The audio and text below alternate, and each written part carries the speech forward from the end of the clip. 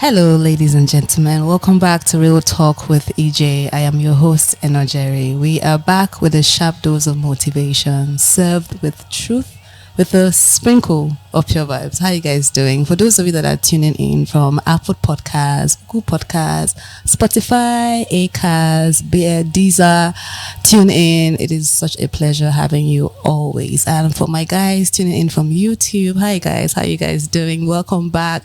Please don't forget to hit the subscription button and then touch that notification bell so that you can get updates on all our new episodes. All right, so you guys know our tradition here. We always start the show with our quote for the day. So today's quote is pretty simple and it's just straight to the point. Today's quote is, mind your business. Mind your business. Mind your business. Minding the business that pays you is and should be the ultimate goal. It is so easy for us to get distracted by things that we forget that there are things that are put in front of us that we're supposed to accomplish, but we spend so much time doing everything else but that thing, getting so distracted by activities around you. If you just mind your gate, mind what it is that you've been assigned to do and just focus on doing that, I think your life will be a hell lot better. So today's quote, mind your business. All right, we're going to go on a quick break. When we come back, we're going to introduce the show and our guest for today, so stick around.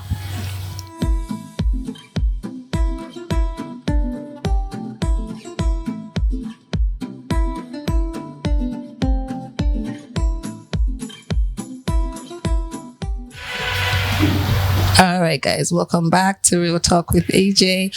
Okay, so today's topic is something that I have always wanted to talk about and something that affects us in more ways than one, but I think we fail to recognize or realize it. So today's topic is the power of the tongue. The power of the tongue. And I couldn't find any other person in the entire world that will come help me unpack this topic than my personal godfather, my friend, my mentor, Pastor Segun Phillips. Is a powerhouse. It's one man that is so humble, but his wealth of wisdom is immeasurable. He's a philanthropist. He's a pastor. He's a man of God. He's a writer. He's a poet. He's in construction. He's an engineer. He's an artist. He does so many things. But I think I'm gonna let him tell us more about who he is. So, ladies and gentlemen, please help me welcome my own personal daddy. I call him PS. Pastor Segun Phillips. How are you doing? I'm okay. Thanks for having me here. Thank you for coming. Do you know how long I've been trying? We've been trying to do this for a while. Like we've talked about this. Yes. How are you doing? So okay. How do you, because I've always known you to be a multifaceted, talented person. So how do you walk around with this box of talent and wisdom every single day? Well, to start with, naturally, everything hinges upon grace. Yeah. So it has to be grace. And the word of God tells us, no man ascribed this honor to himself. And that what have you that you have not gotten? And since you've gotten it, so why do you want to glory as if you have not gotten it? Exactly. So I first and foremost realized that it is grace at work. Wow. To help me go around all these things. Wow. Like I had to dash from somewhere now and it just took some few minutes permission to come here. Yeah. So I was in the middle of a disappointment. And another thing again is, one, I have a strong point that really helps me, and that is timing. Yeah. I am a superlatively conscious time person. Yeah. I don't like I know that. a time stickler. I don't play with time. Yeah. So I had to shut down there. So I had to meet up with this time. I'd rather wait for 30 minutes, 1 hour, 2 hours for the program than to get here a second late. Oh, wow. So that's so. Yeah, I've always wanted to be that person, like so disciplined and so straight to the point. Yeah. So, in line with our topic for today, let's just delve deep in. Okay. So how has spoken word affected you, knowingly or unknowingly, in your journey through life and in your journey with God? Okay. Personally speaking, maybe should I say from personal experience? Yeah. Okay. For personal experience, I noticed over the time now, thank God I'm still getting younger. Yeah. I was getting Forever younger. 21. Over time, I just realized that there are some things I have said in the past that have come to pass, or I'm just going through them now, courtesy of my speaking them in the past. So it's now really saying that we really need to be very conscious of the things we say. Yeah. When we were growing up, we never saw those things as anything because those used to be, like you were saying, mind your own business.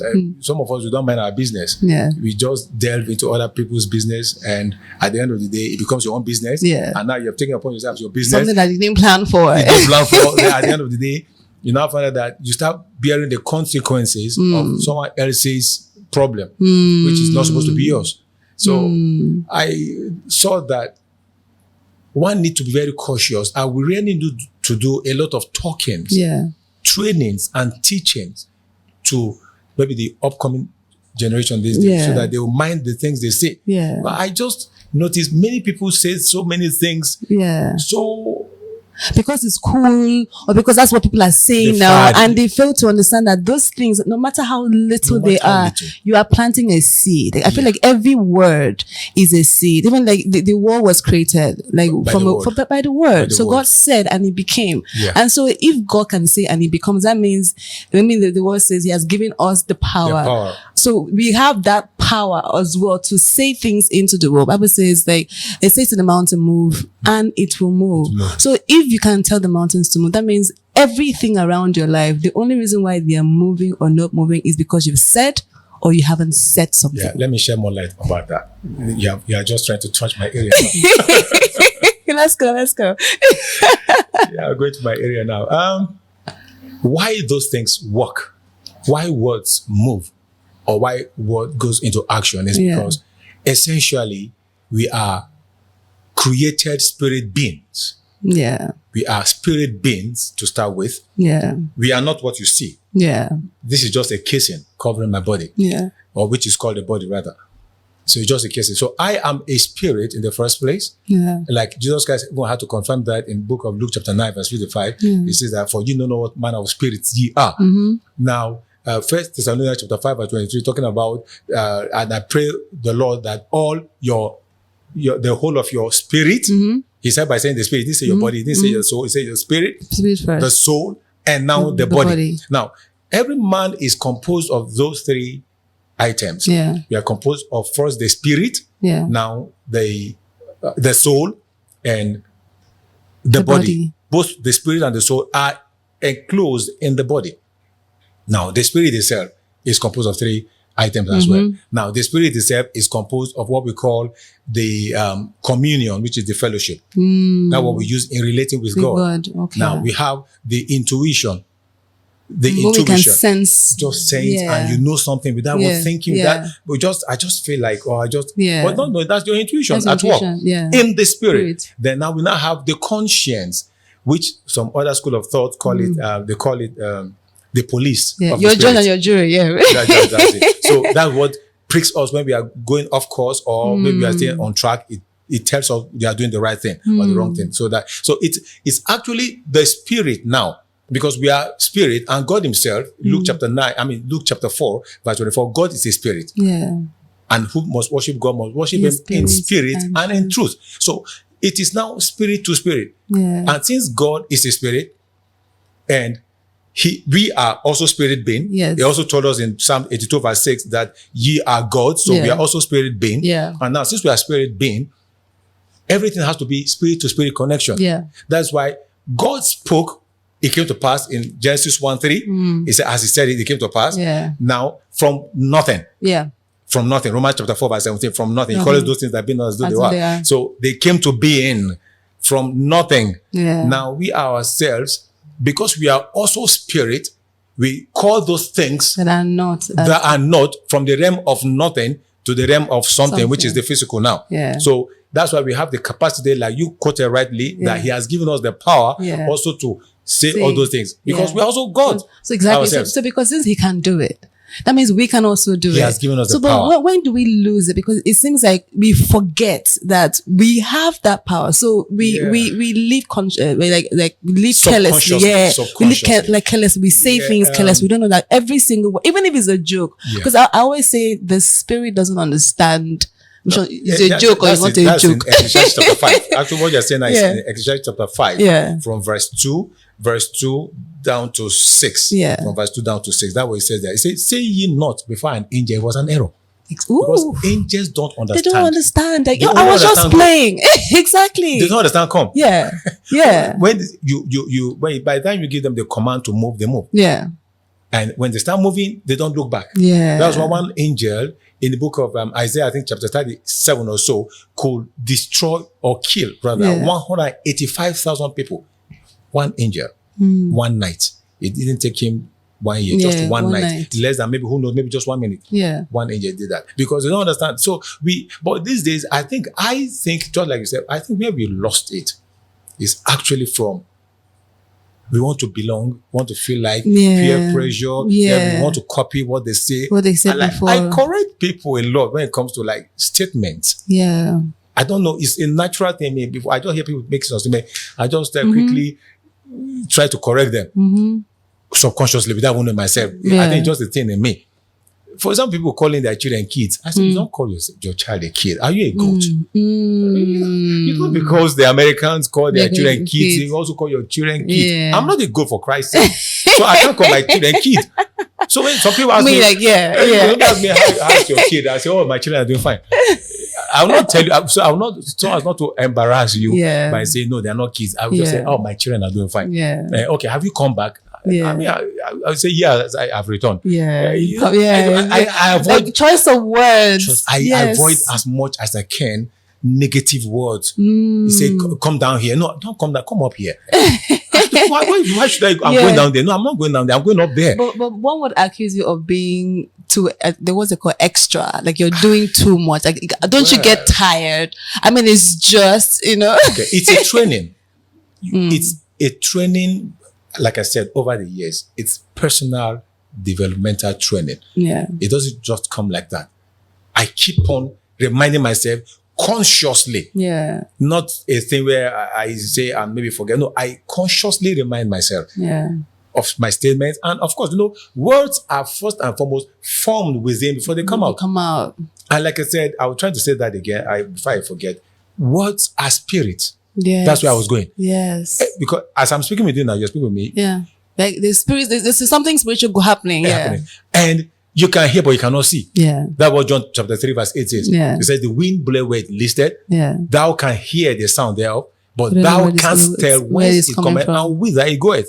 King James Version. Yeah. It says, so is everyone that is born of the Spirit. So that's how words are. Words are spirit. So you can only hear, but you cannot see, you cannot touch. Yeah. That's how words are. You can only hear and eventually experience it. Yeah. Because it's a spirit. And every word, like you said, every word is a seed. It's a seed that once it's planted, one day, it may not be now, maybe 5, 10, 15, 20 years after now, or 30, it will definitely germinate. Yeah. You will see a lot of motivational speakers will tell you, even preachers will tell you, the life I'm living now, I spoke it into existence. I kept saying that I was going to get this. I was going to get this. I didn't know how I was going to get it, but I knew that one day I would. And I'm a living testimony of that. And I believe that once words drop, it automatically goes before you and starts to build that foundation so that by the time you get to that junction, you meet your mansion waiting for you. So I so sorry, you were about to say something. No, don't go on. So by the time you get to that junction, it is waiting for you. So you now see yourself a living manifestation of the words that you proclaimed. So, and I also believe that it starts from what you call yourself. The names you give our kids. Good. Because a lot of us are answering names that we don't even know the meaning of. So you spend days calling yourself something that is actually detrimental to your destiny, to where you are going. I like this part again. You see, talking about names, like I told us, I said, okay, names are words and words are spirits. Yeah. Names. That's why God had to tell Adam when he created the world in Genesis chapter 2. Verse 19, he brought all the animals he has created, the birds and the animals, and he brought them to Adam to see what he would call them. Call there actually means name, what he will name them. And the last part of that scripture says, and whatsoever name Adam named them or called them, that was the name thereof. They never needed any review till today. Every name he called them then, those are still their names. Donkey, cow, like that. goats, Those are still their names. This one is tilapia fish. This one is still. This one is eagle. This one is vulture. That is still. They never needed any review. Up to date. So we need to be very careful. And like you said, when you say a thing, it goes in the future to wait for us. That's why at times you find that there are things happening to us. You just like, how come I didn't even pray about this? I never prayed about it. But at some point in your life, you spoke it. You never know. You didn't know. You never know because it was a subconscious thing. So you just spoke it, you said it, and you left it it's in the front waiting for you to come. And definitely one day at the appointed, another thing about words thank you. Another thing about words are appointed time. It's like a seed. Once you plant it, there's a time where it is going to harvest. It's time for it to come and like harvest your two of those scriptures it said, seed, time, and harvest shall not cease. And be not deceived, Galatians 6:7. Whatsoever a man soweth, that he shall. So whatever a man sows, you sow goodness, you reap goodness. You sow hatred, you have plenty of them. You sow money, you get money. You speak good words to people, you get good words back. So everything is, like you said, a seed. And once it is sowed, you harvest it at the appointed time.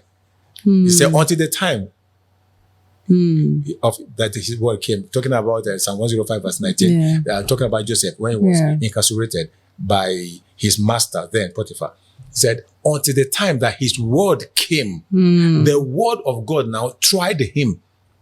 But Joseph was trying to help God. He was trying to help God. He was. That was in Genesis chapter 40. After he interpreted the dreams to those, the butler and the baker, he interpreted the dream to them. And he told this one, you baker, what? In 3 days time, the king will send for you and he will hang you and kill you. But you butler, the king will send for you also and he will release you.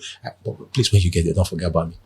Trying to help God before his time. Thinking it's that way. Exactly. But his time had not come. The last verse in that chapter 40 says that, but the butler forgot him. As he should. Forgot him. Why? Because it wasn't the time. Now, the next chapter, which is chapter 41, verse 1, immediately now said that at the end of 2 full years, so he had to wait for another 2 full years in the prison before his time at the appointed time. And God is the God of numbers. I love God for this. God is the God of numbers. God plays with numbers a lot. You see, then you don't ascend a positional level until you are 30.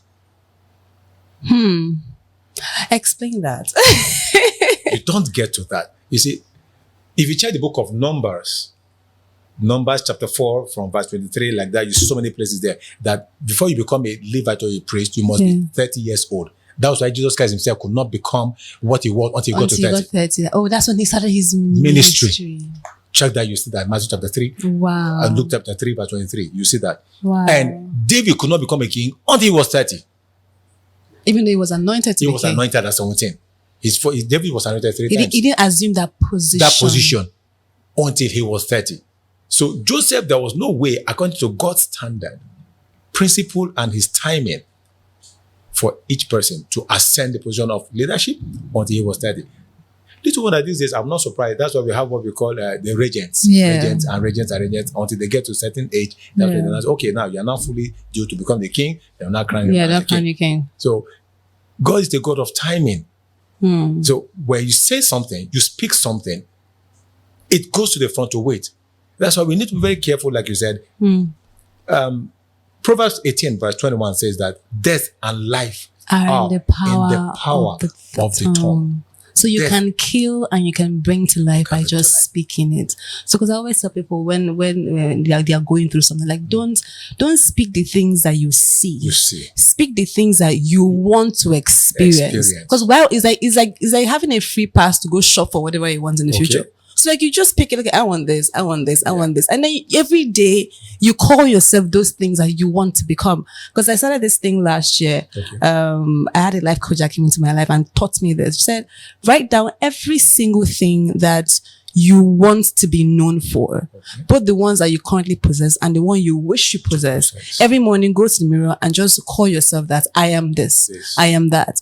And you eventually find out that even the ones that you don't feel comfortable, the more you say it, the more you start to feel comfortable in that word. And somewhere, somehow, you start to see yourself manifesting those things. I am patient. After like 3 months of calling yourself patient, you will not realize when an impatient situation comes up and you that would flare up for some weird reason, you're just calm. And you look and say, wait, when did I become? And normally I'll flip, but wow, because why you've been saying, you've been calling yourself certain things that you want to manifest. So you start to live in that thing. I always say it's about mindful living and living intentionally. I always tell people, I kind of like, I had this revelation like 2 years ago. Power of when somebody blesses you, I feel like it adds minutes to your life. It adds maybe another hour or another day. So I would rather do something that will make you tell me God bless you. Because that is, I'm like, like that's, I just added another 5 minutes into whatever time. So I feel like I use that to collect my own personal time coin by doing something or saying things, because you don't know what telling somebody else, God bless you, what that is also adding to their life. Oh, you are amazing. Oh, you are good. Oh, you are kind. Even though they are not those things. It's so easy for us to see someone that is impatient. You're so impatient. Oh, you are such an angry person. While you are reinforcing that thing into their lives. My biggest issue for us as Nigerians, as a country, is that we are so quick to call the country what it is that we see. Oh, this country is so bad. Yes, the reason why the country is bad, because you are saying that it's bad. The moment you stop calling it bad, just maybe it will obey you. The world is wired to obey us, because that's how God programmed it. And do you even know something? Talking about calling Nigeria what you want it to be. Was it Abraham Lincoln or John F. Kennedy that said, do not say what will America do for you, but what will you do for America? It's the same thing. You see, this change of a thing we are talking about begins with us. The individual. Many of us are so much so, God have mercy upon us. And yet, they correct the next man, they judge the next person, they find faults with that next person. But meanwhile, they themselves are equally at fault. They may not want to do that particular thing, because one thing about human beings is we only see what other people are doing that is wrong. We don't see what we are doing that is wrong. Because we all have different things that are wrong. But the one you are doing, you may not know that you are doing the wrong thing. Like that times, I know my wife corrects me a lot when it comes to some things like at times when I'll just maybe a little meat got stuck in between my teeth. I'll just use, either I was using a toothpick or I try to move it. No, she hates that thing, you know, and she hates it. But I keep on forgetting. She said, you have done it again. And it irritates her. It irritates her. But actually, she also has some other things that she does, which I don't like. So it's natural. She will see mine that I'm doing that is wrong, but she's not saying hers that which is wrong. She's not saying them. So it's that's the thing. But if we start this change, if we begin with ourselves and consciously begin with sub first, which is the inner, then to the conscious, which is the outer, you find that we start changing. And when I start changing, I don't do the wrong thing. You start changing. From there, it becomes, it goes that so way. Smooth, it becomes a ripple and like that. And everybody, and then the whole country will now change. Because like you said, the country answers to us. We are the ones that have the control over the country. And not the country have the control over us. No, we don't. So we I think we misplace our positioning. Like you rightly said. We are the ones above. We're the ones that have the power. We're the ones that have the capacity. The country is at our mercy. So it is what you do for it that it will become. If it's what you say to it. So the country that you abuse so much, what are you doing to make it better? As low as what are you even saying about it? Are you praying? Are you praying for the country? Just, are you, it's also in the Bible, Psalm 122 verse 6, say, pray for the peace of Jerusalem. Have you ever prayed for the peace of Nigeria? Have you ever said anything about Nigeria that is good? No. Yeah, So someone have done that. Yeah. But he says, it's not my business. They are the one who is the they and who is the us. Us, exactly. Them and us. There's no them, there's no us. You, as long as you are in this country, this place belongs to you. There's this mentality I carry right from a very young age. I remember there's this music then. Wherever I lay my head, that's my home. I've forgotten the person, but that's the okay. Like, remember I spoke. Who was I was speaking with? Talking about going to the moon. Yeah. Just some people. Anywhere you lay your head, for that moment, that's your home. You so make the best of it at that place. Pray for that place. Do the best things for that place. Invest in that place. Do everything you can for that place, and see how that place will be a blessing unto you. Yeah. But by the time you start discriminating the place, cursing it and abusing it, there's no way that place can give for you. Yeah. He said even kings are served from the earth. Yeah. So wherever you are is your own earth. So if you are prophesying negatively or praying negatively or saying negative things to that particular land where you are, it will not yield the best for you. The best for you, yes. No because you're the one occupying it. So how are you plowing the ground? Proverbs 6 verse 2 and 3. Proverbs 6 verse 2 and 3. It says, thou art snared. That is, you are trapped by the words of thy mouth. He said, thou also taken by the words of thy mouth, which is what you are saying, that the power of the tongue. Then verse 3 and I say, my son, do so now and deliver thyself. So you can use your own mouth to deliver yourself from, I rewind, I unwind, I remove, I take back, renounce, yes. I take back, I claim this, I own this, You start from where and start making the amendment and correction again from the beginning. Living mindfully, living intentionally, minding what you say at every single moment in time. No matter how minute the situation is, be very careful of the words that pop out of your mouth, because once it drops, it's like water on sand. Oh yeah. Once it drops, it has dropped. and the earth will just leave an indelible mark there. Exactly. And it's just the earth will soak it up immediately and then scoop it back again. Pastor Segun, it is always, we have to do a part 2 of this, because I feel like I just crashed the tip of the iceberg, and I definitely have to have you to come back, because there's so much we need to dig into. So guys, this is Pastor Segun. Thank you, Pastor. But before we go, leave something for somebody. Leave a word. Okay. A word. It's not a word. I'll leave some words, please. Proverbs 24 verse 9 says that the thoughts of foolishness is sin. Thoughts. Psychologically speaking, I learned each day there are over 10,000 thoughts that crosses the mind of a man. 10,000. Yeah. So we need to be very conscious of the words we speak. Yeah. Since there are over 10,000 per day. So we need to be very conscious not to say, like we said, negative things, foolish things. At the end of the day, now become a sin. Yeah. And I'm sorry, forgive me. God does not understand. Once it's sin, it's sin. Yeah. To him, it's sin. Yeah. And he will take you or take it against the person. Yeah. So we should be very mindful of what we say. Yeah. Irrespective of how small or how much of a joke you think it is. We have. Thank you. Thank you so much, ladies and gentlemen. And before we go, I just want to give a little tip on how to be mindful. Try and eat mindfully today. Pay attention to what you are eating. Don't just take the food and go sit in front of the TV and just eat. Like take in the spice. Be conscious of the food. How does this food make you feel? That's living mindfully. So, ladies and gentlemen, this is Real Talk with Ejay. I am your host, Ejay, and I'll see you guys next time.